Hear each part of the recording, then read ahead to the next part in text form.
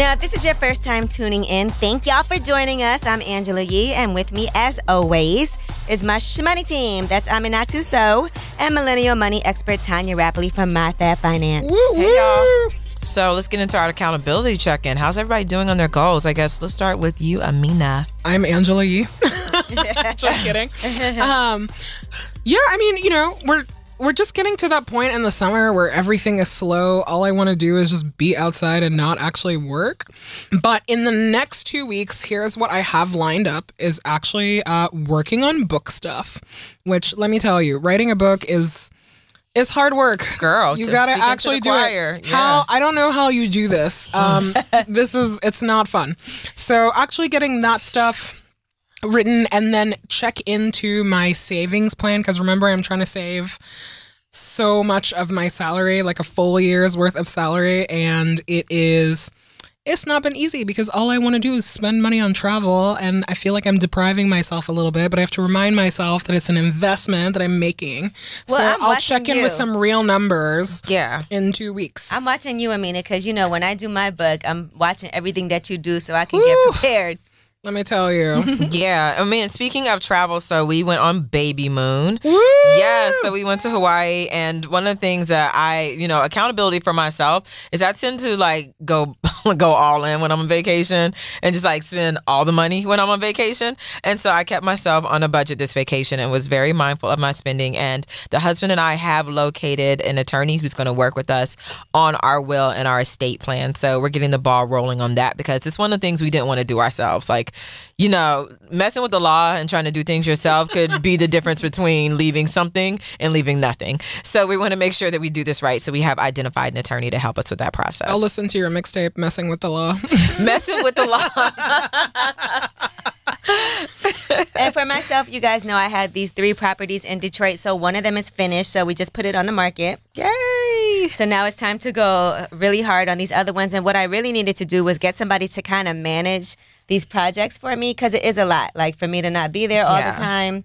It is really hard to keep your eye on everything that's happening. So I know I'm a control freak, but I had to hire somebody to manage all of that and get a lawyer. That's good. Because in the city of Detroit, they definitely will give you all kinds of fines and, blight fines and all kinds of things, just trying to, I guess, it's just a lot. Yeah. And I had to kind of take that we're not burden experts on everything off of myself. And I feel like, if I had more time, if I was there all the time, it would be better for me. But I just had to realize that, sometimes you have to hire somebody for the greater good. So that is what I just did. So I'm happy to feel like I have something off my plate. That's great. Yeah, and I know these properties, you've been wanting to get those moved. So I'm so very I am happy that one of them is on the market. So that's dope. I mean, I need to take a trip to Detroit and just like stay at one of the houses I'm keeping. So you guys can all come What are stay you there. giving me? You guys can come stay and we'll For have my a birthday. shmoney team retreat. Shmoney that team would be retreat. great. And we can bedazzle our jackets at the retreat. That would be great. So we received a ton of questions from our listeners using the hashtag #LiveColorful. So we're answering some of your questions as a part of each episode. And this first question is how to have a conversation about credit scores, debt, and finance when engaged. Ooh, that's a tough one because they're going to find out anyway. Talking to your honey about money. Are they going to find out anyway? Yes. How many people do you not know that have horror stories about how they didn't know Because at the end of the day, when that y'all their try boo has hundreds of thousands of dollars of debt or that kind of stuff? But you are going to find out. what you do in the dark Because that comes to the becomes light. your debt together once you get married. I am not engaged, but I would say that if you were to the point where you were thinking of getting engaged with someone, you should have a very clear picture of their finance. I discuss that with most of my partners once they get serious. And so it shouldn't be a surprise. You know what I mean? It should already be a part of how you are dating and how you're talking about your I definitely had my boyfriend send me his credit score. Yeah, money becomes a factor. Like, even if you feel like you're a type of person who doesn't care about money becomes a factor because it can affect how you can move in that relationship. And I always say a relationship is a financial decision. Right. And also, everybody does things differently, but I feel that like if you are the kind of person that's going to live with your partner before you're engaged to them, say, before you move in with someone, you should have had that real money conversation because, you're sharing a lease together. You need to know if the other person is credit worthy. If they could get on that lease. Right, exactly. But so that's why I'm a firm believer that it's not just married people that need to be honest about finances, because the mistake that I see happen a lot is people who actually don't have a future together. They don't have a relationship future together. And then they make financial decisions like people who do.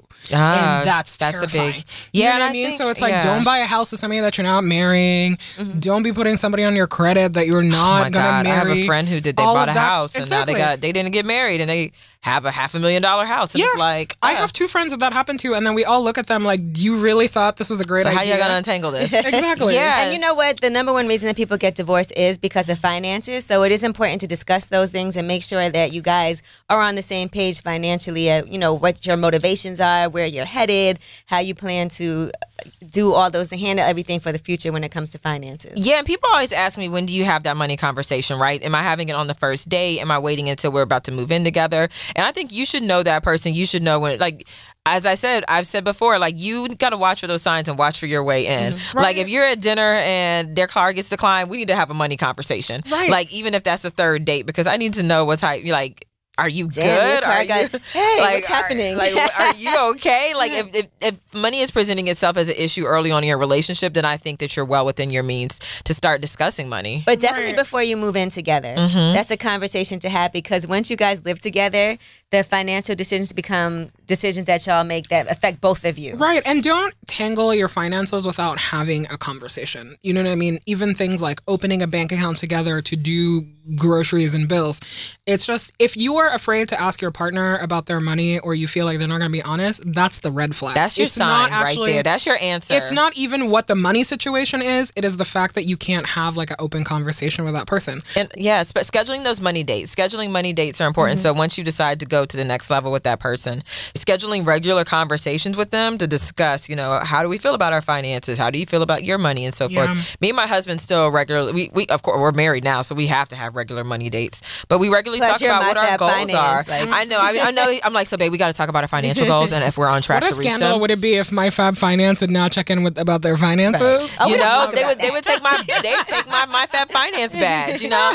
And so I do think it is important to just talk to your partner about, are we on track with our goals, our financial goals that we've established? Do we even have financial goals together that we can work towards? Because once you have a plan, you know that both of you are working towards that plan or are not working towards that plan. And if you're not, you need to figure out how to get on the same page. Now, let me ask you this. We also had a listener who was wondering, if you feel like you don't want to join finances with someone you love, what are some solutions to work towards better fiscal health together, or get married but keep our finances separate? Well, I mean, this is not a cookie cutter thing. I think that you need to know, you know, it's like whether you put your finances together or you don't, you should know why you're doing that or why you don't want to do that, right? Like, if you are very much like, my money is my money and your money is your money, does your partner agree with that? You know what I mean? And is that a realistic way for how you want, like, are you going to be Venmoing your partner for every small thing that you guys spend? And so that's a larger conversation about what sharing in your marriage means. Or it could be that people have different responsibilities. Exactly. Like, you pay the mortgage, I pay all the other bills. Yeah. Right. Yeah. Exactly. And you have to do what works for your household. Like, you know, it's not to say that you have to have like one happy bank account and one happy family.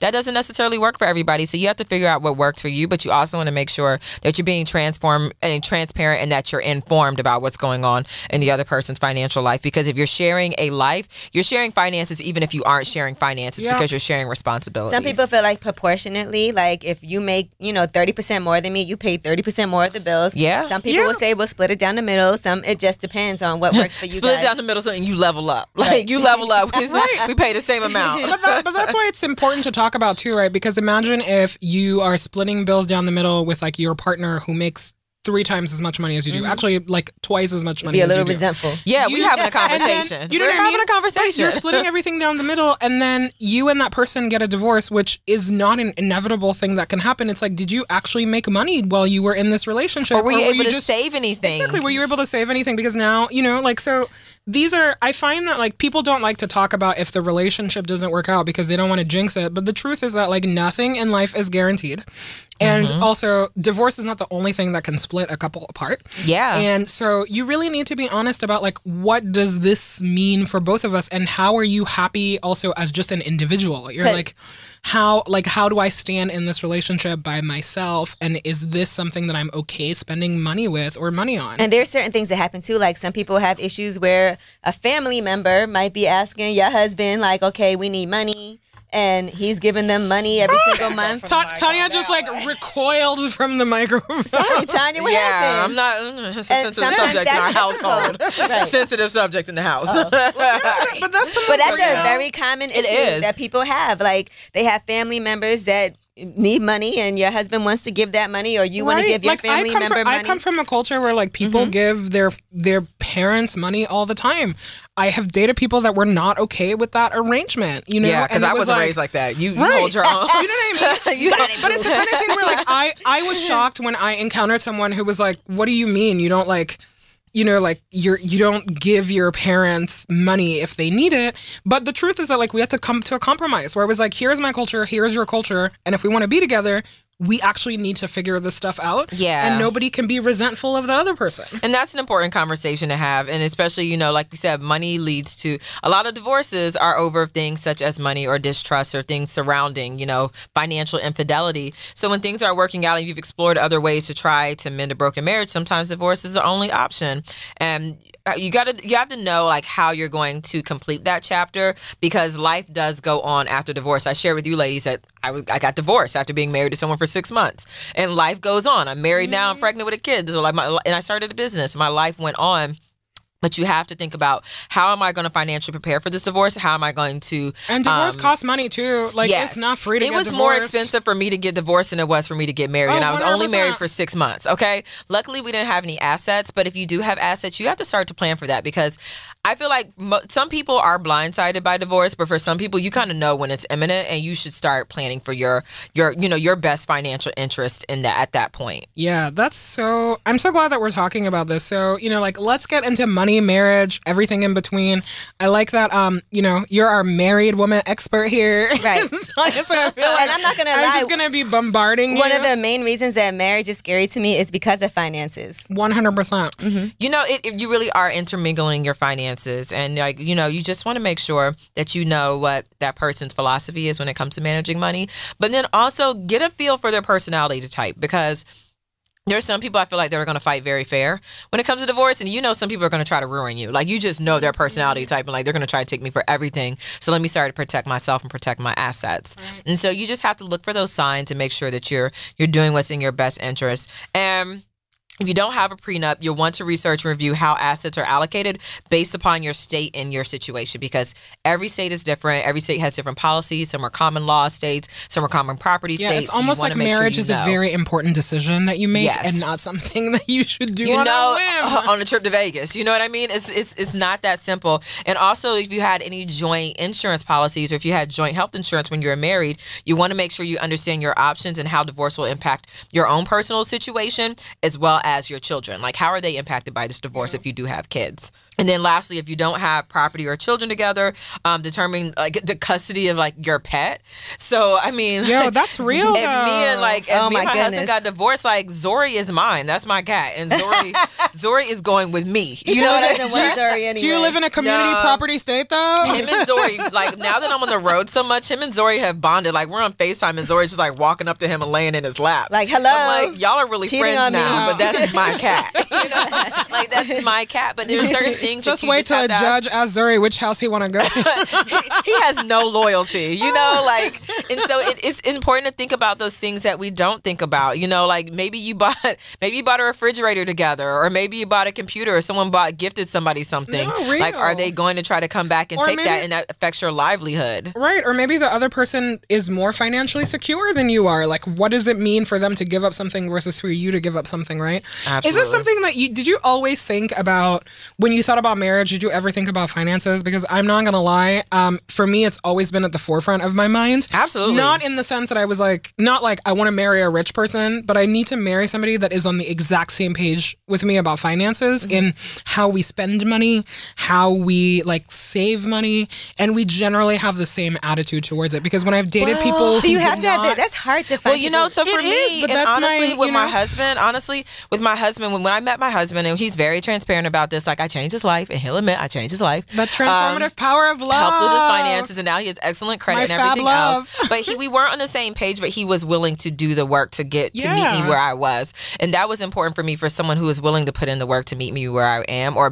willing to do the work to become your financial equal. They may not come into that relationship your equal, but they should work to become I agree your with equal you. during And the that's what I mean by, like, for me, it's not about an actual dollar amount, right? Yeah. Like, I'm not saying, like, I'm not going to date somebody or marry somebody who makes less money than me, who has a different background than me. Like, God knows, like, I have hustled my way to be where I am, and a lot of people can do that. But I find that, like, if you don't have the same attitudes about this stuff, it's gonna come, even something like just like how you feel about like buying things and like spending money, or like picking up the check every once in a while for our friends. I just find like those are all flags for, are we compatible? And I think like, that I think it depends though, equally. because I think we can also learn something. Like, I want to be with somebody that I can learn something from. Yeah. And I know sometimes I can be very liberal with my money, so I don't mind being with somebody that is more frugal than I am. And you don't have to always be financially yoked. I think that you also want to understand, like, one of my friends has this good policy where her and her husband list out what's important to each other. And then, like, whoever the thing is most important to, like, say they rated a 10 and the other person rates it a 3. If it's a 10 for somebody else, then it's important for them. If it's 3 for both of them, it's not really that important. So you have to figure out, like, what your negotiables are in your relationship, what you want, and, like, what you could care less about, because there's no point about, like, what you could care less about is not a deal breaker. But the things that are the most important to you about money management, like being able to help a family member if they need money, or, deciding like if you're going to pay for your children to go to college, like, you guys have to be on the same page about that, because that is a major financial decision. Right. But the smaller things, like who picks up the tab, you know what I mean? It's like, But like when you're dating a stingy person, and you're yeah, like, I know that I am not stingy, but you know that it's not a thing they want to change about themselves. Yeah, because that's the thing. It's like, if and you might want to value my that about them. ex-boyfriend was so stingy, but he would buy himself like really nice things. But then it'd be my birthday, and see, that's a process. and he would get me. I love how you like went presents. And and listen, I'm a very generous person when it comes to buying gifts. Yeah, like, I like to buy people things that they might not even buy for themselves. Yeah, that's to me the point of a present. My I feel the same way. So that's my love language. Here, somebody at my job made a homemade purse for you. Like I don't want this. Happy birthday. And so that's my love. So I can't give you my homemade purse that I made. Like I'm not that person. Her name was I'm not. That's not sentimental for me. Like that's no. And that is important about understanding your love languages. So me and my husband did the love language test. Mm-hmm. My love language, number 1 was gift giving and like gift receiving, like receiving gifts. Like, and that was his last one. And we looked at each other like, hey, well, you don't care about gifts. Well, you know what matters to me. But I told him, like, sometimes for people who like receiving gifts, it's about the sentimental value that goes into it. It's not like about a dollar you could give me amount. a bouquet of flowers, and it's like the way that you gave it to me, like on an off day or whatever. Like last time I went home, my husband met me at the airport with flowers. Aww. And that was his first time ever doing that, now that he knows my love language. Mm-hmm. But it was just like the bouquet cost $16, but like it just changed. Like he was late picking me up. I didn't even care because I have flowers. And so it's just like understanding someone's love language is also really important. Well, so, I think that it goes back to everything that we talk about, right? Like, should you do a joint bank account? Should you get a prenup or whatever? The answer is that you should talk about it. Yes. Because communication is the key. It's like there's not a cookie cutter answer to everybody needs a prenup, even though I do think everybody needs a prenup. But there's probably not that up? Or a post-nup. You need to talk about it, because if you don't talk about it, imagine something that you've never talked about with someone, and then on the hardest day of your lives, you're confronted with it. Of course, everybody's going to act a fool. What if somebody's really against doing a prenup? Then you got but you need to ask why they're against it. Like, why are you against the possibility? So you think our marriage isn't going to last? Well, no, but it is true. It's like, if you think about, people think that. Listen, if you think about the ways that like women are traditionally like the ones that come into marriage with the least amount of assets and that make the least amount of money, there are a million incentives for why like people don't want prenups, because they're like, fine, like I married you, you came, I have more than you, and of course you're going to leave here with less than me. But also, like, it depends what state you live in. Right. I just think that with all things, you should have an open communication line, and the first time that you talk about something shouldn't be on the crisis day. It should be on a day where you had agreed on a plan, and then now you're confronted with hard things, because it's very naive to think that the hardest things in life are not going to happen to you. And you know what? A prenup is whatever you want it to be. Exactly. Like, it's not like you come with what you leave with what you came with. And it doesn't work like that. Right, You because can listen, work out in some whatever states are you wanna- community property states, so whatever, it doesn't matter. The amount of money that you make together when you're married actually doesn't matter. But if you came into a relationship, like my mom died, I have jewelry that my mom left me. If I ever divorce somebody, that jewelry does not belong to them. You know what I mean? Like, in a very real, like, and it has nothing to do with how much it costs. It's like, this is my dead mother's jewelry. It's sentimental. And I cannot give it to somebody. And when divorces get nasty. Right, and that's something that I came into a relationship with. And that, and that's something that's important to me, and it's important for my partner to respect that. Right? But some people, you get a nasty divorce, and they take everything you came with. And divorces are very expensive. Well, they can be. Right? They can be, especially if you have assets. They do cost money. There's a state filing fee. If That's usually $150 to $200. Yeah, it's harder to get divorced than it is to get married. You could just show up at a chapel in Vegas and people marry you. But it does depend, because you also have to consider hiring an attorney. They usually charge a basic retainer or engagement fee. That's about $750 or more. Now, that's the down payment for your attorney fees that you pay up front. So think of it as a balance that they'll deduct from their fees until those fees run out. So attorneys will charge hourly fees from $100 to $500 an hour. So what are some ways that you can save on divorce costs? You should email people instead of calling them. That's why they say it's cheaper to keep them. It's cheaper to keep them, but sometimes I would also say be wary of budget attorneys, because sometimes, like, if your attorney is not bringing bringing a knife to the gunfight, you're going to end up losing, your money and some of your assets that you probably were vetting for in that divorce proceeding. So budget doesn't always mean that it's the best. So you definitely want to make sure that you ask for recommendations, ask for other clients that they've worked with, and so forth. And then also, one way to make sure that you save is to make sure you have all your financial information and documents together instead of having to waste time going back and forth getting them together, because that's time is money. They are billing you for that time, or you getting your stuff together. So come to the table with your stuff together. So it's like, this is what we're doing. Boom, bang, bow. Let's get it done. Right. And also, like, know your own state laws. If you have a prenup, you should research and review how your assets are allocated based on the state that you live in and your own situation. If you had joint health insurance, which most married people do, you have to understand what your options are and how divorce is going to impact your own personal situation. Like, does that mean that you're going to have to pay COBRA? Does it mean that you are going to have to find your own insurance immediately? That's something that you should know. And even if you don't have any property or children together, you still have to determine custody of pets, for example. Yes, your cat is yours, Tanya. Zori is going with me. Listen. Zuri is somewhere filing. He's somewhere. He's on our kitchen floor where it's nice and cool, not worried about neither one of us. Yeah. So besides having pets, having kids, that's expensive also. Yes. Yeah. Now, Tanya, I'm looking at you right here. How do you prepare for having a kid? Yeah. So, definitely our cat was completely different, especially as entrepreneurs. Baby fab finance. Even though we do have like a cat at home alone. We do have a cat sitter for our cats when we go on vacation. Our cat is bougie. He does not like being boarded, so we have to have someone come to the house to check on him. Out here staying at the cat He does not hotel. think he's a cat. He did not understand how they were communicating. He's like, what is this? So that did, I won't say my cat prepared me for my child, but it definitely did help me begin to start thinking about things that we wanted to do. And for me, it was really you get pet emergencies and stuff like that. You know? So for me and my husband, it was making sure we had an adequate amount in savings so that if something was to happen, we had enough money to pay our bills and so that the child would not be impacted. As you guys know, I'm aggressively eliminating debt so that I'll be debt free when this baby arrives. So there's like one last thing that I'm worrying about when I'm on maternity leave.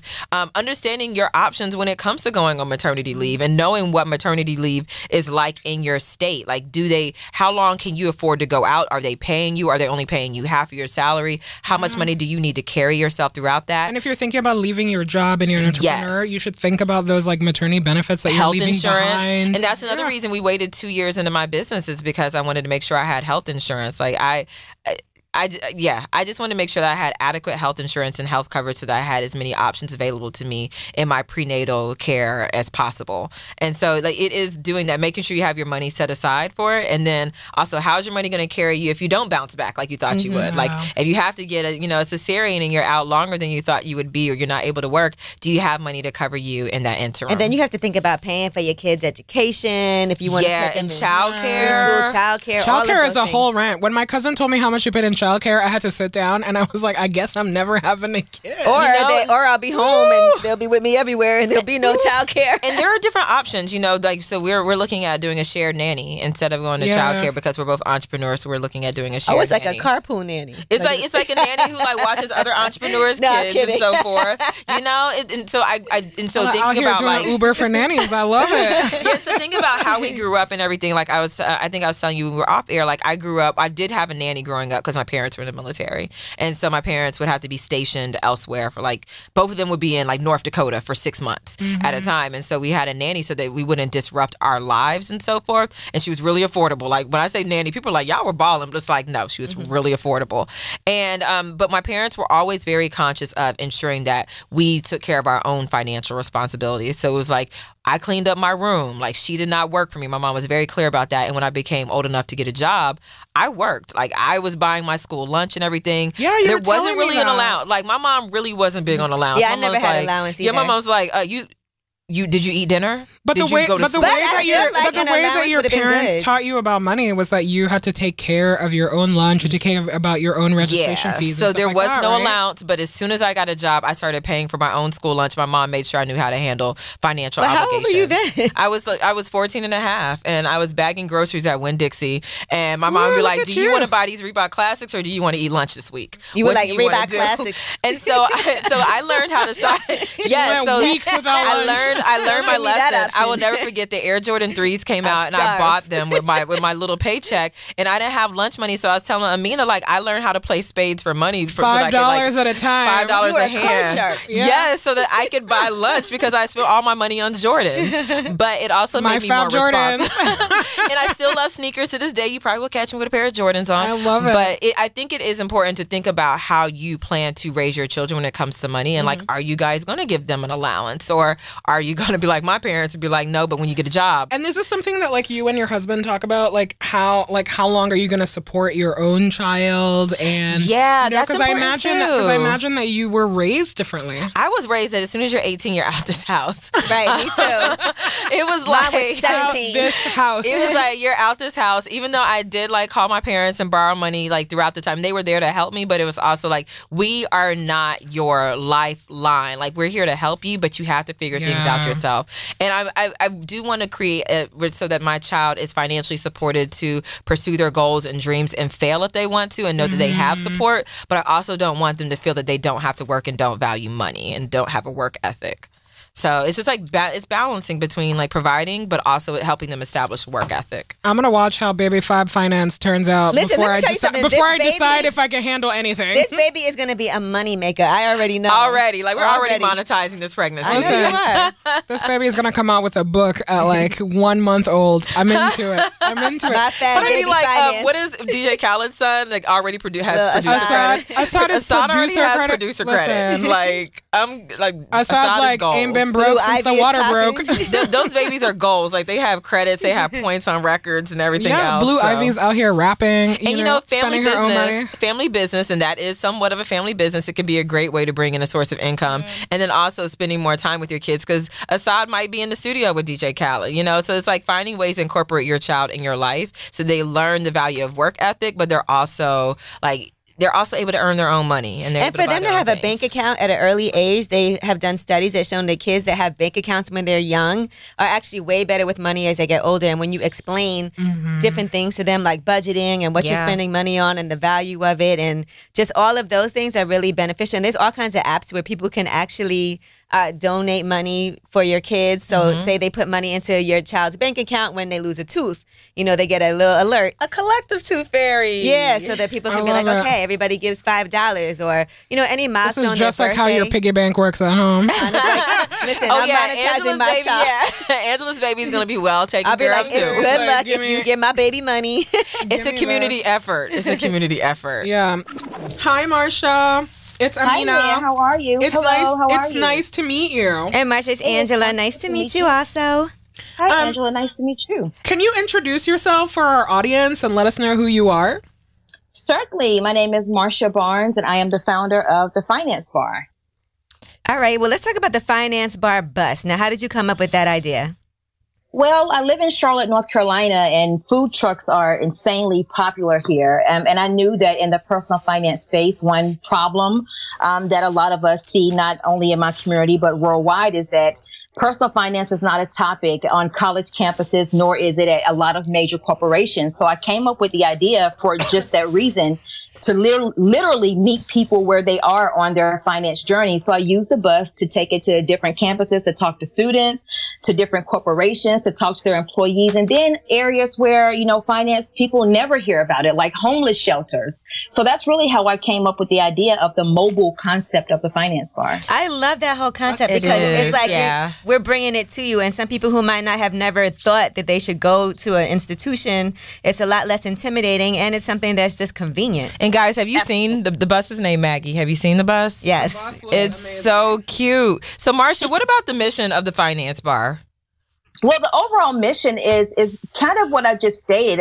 When I started this journey, I felt like there's a place to go if you had a certain level of wealth, and then for people to go if they needed help. So when I say need help, that means that you may have needed some type of government assistance. But then when you think about the person in the middle, someone that they may make a decent income, they may have, maybe they're entrepreneurs, maybe they have degrees. I felt like if you didn't have a certain level of money or a certain amount of assets, where could you go to talk to someone about personal finance? And I thought about that really hard because I come from the banking industry.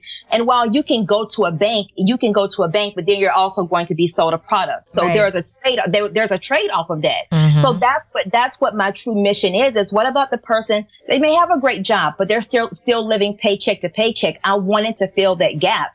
So that's really how I came up with not just the concept of the mobile bus, but the overall concept of the finance bar. Marsha, I love that. I have a juice bar in Brooklyn, and we do this finance series called Wealth Wednesdays once a month. Mm-hmm. And it's kind of the same concept. Like all the customers that come into the juice bar, instead of them having to make appointments and go places, and we've had people like State Farm come through. Tanya's been there. I've been there. Yes, also. And it's really just for like residents in the neighborhood who come to the juice bar who might not have, think about accessing this information otherwise, just to give them that outlet.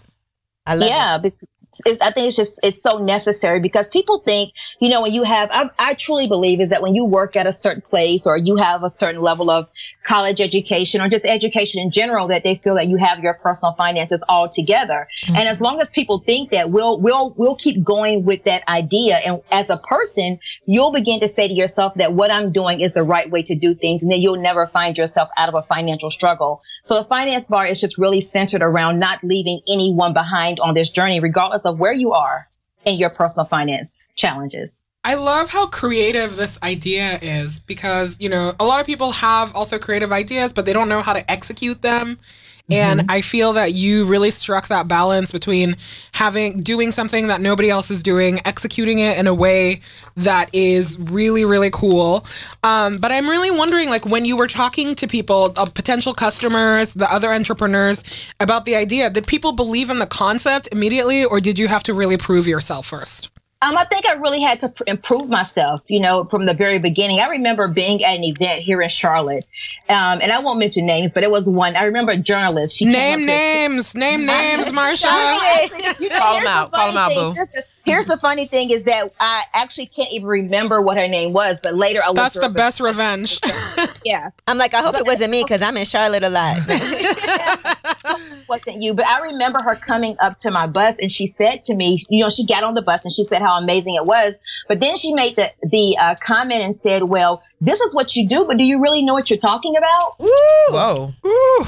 At that time, I didn't feel defeated, but it was just a sign for me, not only as a woman, but as an African-American female, to say that you are going to have to prove yourself in the industry because you did something that was different and had never been done before, not by an individual. I think there are a few, banks that may have some type of mobile option available. But I did feel like I had to prove myself because what I was doing was so different. It was outside of the norm. How would you make money from the bus? I got that question all the time. I even got turned down for a lot of interviews because I refused to share how much money I had earned from the bus. And I didn't feel comfortable sharing that because that was never my goal. My goal was to sincerely help people on their journey that couldn't get the help otherwise. So I think very early on, I felt I had to prove myself, but now I don't, because it's just something that I truly enjoy doing, and I love helping other people. Well, along those lines, your services are a lot more accessible and affordable than some might realize.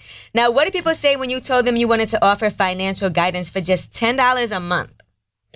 For the members club, they loved it, because where else could you go for financial guidance for $10 per month? So not only in the Finance Bar Members Club where they get it, I'm able to bring in experts, some of my peers in the financial industry, to be able to share this information with other people. So as an example, if we're talking about investing, I'll bring in an investing expert. Where else could you go to get that information? If I'm talking about real estate, then I'll bring an expert that's, that they're fluent in that area. So I think it's very helpful, because when you're dealing with people that they're already, many of whom are living paycheck to paycheck, or at least they think they do, then to get them to pay money for financial guidance, that could also seem like another burden for them. So I really wanted to make it at a price point where many people could simply afford. I mean, $10 a month, that's less than a Chick-fil-A meal per day. So I didn't want there to be any excuses for people to have for not being able to join in to get the information they needed. And we love Chick-fil-A. Chick-fil-A. Well, Marsha, I remember,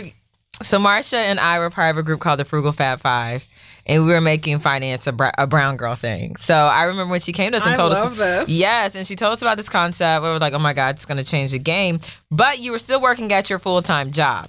And so you decided to finally go ahead and go all in, and that was leaving the safety of your full-time job. What made you decide to go ahead and do that and make that transition? Well, two things. So number one, when I decided to take the Finance Bar, I went public, and I was in the local paper. I was in the Charlotte Observer, and I got to work that morning, and I started to receive all of these emails from my peers at work, like, hey, congratulations. I even received an email to be on like the podcast or the media outlet for the bank, right? But then another email came from HR, and they were like, wait, what are you doing? Because if you read the paper, what the headline said is, corporate trainer of local bank launches finance bus, or it was something like that. Well, I worked in the finance industry, so you can see how those lines could be blurred, right? Mm-hmm. So at that point, I felt like I'm doing too much to be working here, and it's time for me to move on. But I also think it was me being around Tanya, people like you, having friends in the industry that are also doing this thing. And I just really love doing it. So once I got to a point financially to be able to do it and earning money in my business, I just kind of launched out. I didn't think about it, and I just left. I love that. Accountability is so important. Don't we know it? And, we talk about that constantly, because otherwise I would not be getting any of my goals accomplished if I didn't have people to hold me accountable. Another thing that I think is so cool is that you turned the business into a nonprofit. And, I did. I think that's really cool, because your mission is fundamentally to help people. Can you talk to us about the process behind making that decision and how it changes what you do? Yeah, certainly. So the first part, the first product that I launched for the Finance Bar was the bus. I never intended on the Finance Bar to be a full-time business. When I launched the bus was launched as a 501c3 nonprofit, because that was my mission. However, the more I started to begin doing it, the more people wanted me to actually work with them personally. So there's the Finance Bar Coaching Suite. That is a profit side where I'm also able to speak, write for national brands, but then the nonprofit side. And I feel like what the nonprofit side does for me is it keeps me focused and humbled on my overall mission. So regardless if the side is a profit side or the nonprofit side of the Finance Bar, my overall mission is the same, regardless of who I'm talking to. So I just think that it just keeps me focused on why I truly started this business in the first place. So for people who are now saying, okay, I haven't been to the Finance Bar yet, but I want to do it, what happens when somebody makes an appointment with you to visit the Finance Bar? Just walk us through what a consultation is like. Well, a consultation with the Finance Bar, if you want coaching, the first thing we identify is, number one, what your true goals are, because I don't, cookie cutter financial planning doesn't work for anyone, because it's really based on what you do. So I often tap inside their money mindset first. What are they truly dealing with? Why are they seeking help now? What changed in their life that they really want help? That's where I really started. So we take a couple of weeks to work on that first, because it's a lot of digging in internally. And then from there, we begin to work on your goals, to look at the facts of your situations, the data, because once you have individuals' data in front of you, everything else tells a story in itself, but everything else is pretty much black and white. So that's how I like to keep it with my clients, because it's not me telling you what you should do. It's your numbers currently showing you what you are able to do and what you're not able to do. So that's how my process pretty much goes. And that's whether I'm talking to someone in the coaching suite or it's a client that comes on the bus to speak with me. What are your emotions behind money? How can we get past that? What's the data? What are your goals? And let's go from there. So you mentioned coaching and you coach quite a few people, but can you break down some of the other services you offer? I know that you mentioned a few, but can you just dial back and mention those so that people can hear how you're monetizing, I guess, the finance bar and your business overall? So in addition to coaching and the buzz, then I also write for a lot of national brands. I also speak for a lot of national brands. I'm also an adjunct professor on the side because I'm a true believer and I love, educating people in general. But the way that I truly monetize the finance bar is, number one, through my members club, which is $10 a month, which is my best selling product. I'm sure for obvious reasons. But on top of that, then I have coaching. Then I also speak for national brands and I also write for national brands. So all of that, those streams of income is how I pretty much monetize the overall vision of the finance bar. Wow, you are doing a lot, like a lot. Also, so many people think that like this life, the life of being an entrepreneur is like pretty glamorous. You're always high energy. You are getting things done. You're out there. Your face is, like people know who you are. But, the truth is that like all entrepreneurs make sacrifices. So can you talk to us about some of the sacrifices that you've had to make? God, I think that for the finance bar is a heavy lift for me because as you mentioned, I have to do so much on so many levels. But some of the sacrifices for me personally is I felt like for years, I haven't taken a true vacation where I haven't been thinking about work. I think that, a lot of times my son just graduated from college. Travis. And I felt like Travis, throughout his college years, which I love because it was a time that I was just becoming a full-time entrepreneur while he was in school. But I think that I missed out tapping in emotionally a lot to my family while I've been building the finance bar. So all of that is, a sacrifice. And while it may look pretty to many people on the outside, I'm sure that you ladies may agree that entrepreneurship can also be a very lonely journey. Ooh, tell me about it. It's a very lonely journey. That's the thing nobody talks about. And people don't get your struggles. People are like, well, must be nice to wake up when you want. And it's like, yeah, but I still have to chase these invoices. Yeah, I don't wake up when I want. You do, especially when you're starting, right? It's like you're your own accountant, you're your own assistant, you're your own. It's like name a thing that happens in your business. You do all of it, and because you're doing something that nobody else is doing, you don't have anybody to talk to about all the things that happen. And like Marsha said, sometimes having a full-time job at the same time as launching your own business is a sacrifice in itself. It is. It really is. Well, what's your vision for the future of the finance bar? The vision for the future is I would love to have more buses, in the local cities. I'll maybe like to franchise one day some of the buses, but long term, that's what I visualize. And then continuously growing my members club, because in the members club, I think it's a way to bring a lot of women together at one time in a community that's online. So both of those is my long term vision. Continue to grow the members club, and then on the other side of that, continue to launch the buses in cities that, again, may not be receiving this information at all.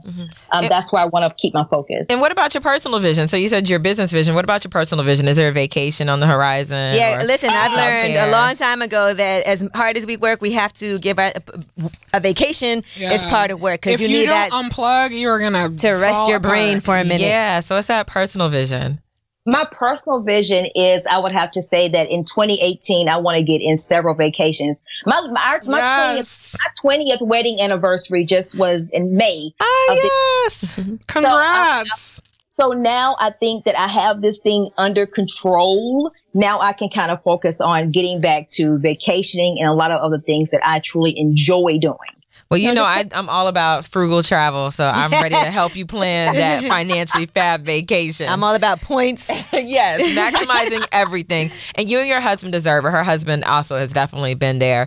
I remember our first event, he was there, and he's just always there, supportive and on the bus too. So yeah, he's working too. He needs a vacation too. And Marsha, don't you take that bus on vacation with you, okay? It's going to drive the bus coast to coast. Right. That's not a vacation. Thank you so much for joining us, Marsha. We really appreciate it. Can you tell us where we can find out more about you and your work? Yeah, so the website is thefinancebar.com, and then all over social media, Facebook, Instagram, Twitter, Pinterest, The Finance Bar also. Wonderful. Have a wonderful week. Thank you. Thank you, Marsha. Thank you. So, y'all, this is all the time that we have this week. No. For more information on navigating marriage and money, visit letstarttoday.com.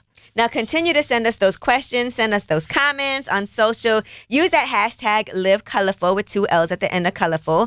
And we may use them on an upcoming episode, but you could also email us at colorful, again, 2 L's, colorfullivespod@gmail.com. Or you can always leave us a voicemail so we can hear your lovely voice on the Colorful Lifeline at 646-580-0576. And if we use your question, we will send you a copy of my new book, The Money Manual, and as a special thank you. We'll have new episodes dropping every Wednesday all summer long. So don't forget to subscribe on Apple Podcasts, Spotify, or SoundCloud to be the first to hear brand new episodes. And don't forget to visit statefarm.com/colorful lives, that's 2 L's, to catch the finance bar in her bus, Maggie, in action. Colorful Lives, presented by State Farm, is a Loudspeakers Studios production. Our executive producers are Matt Raz and Chris Murrow.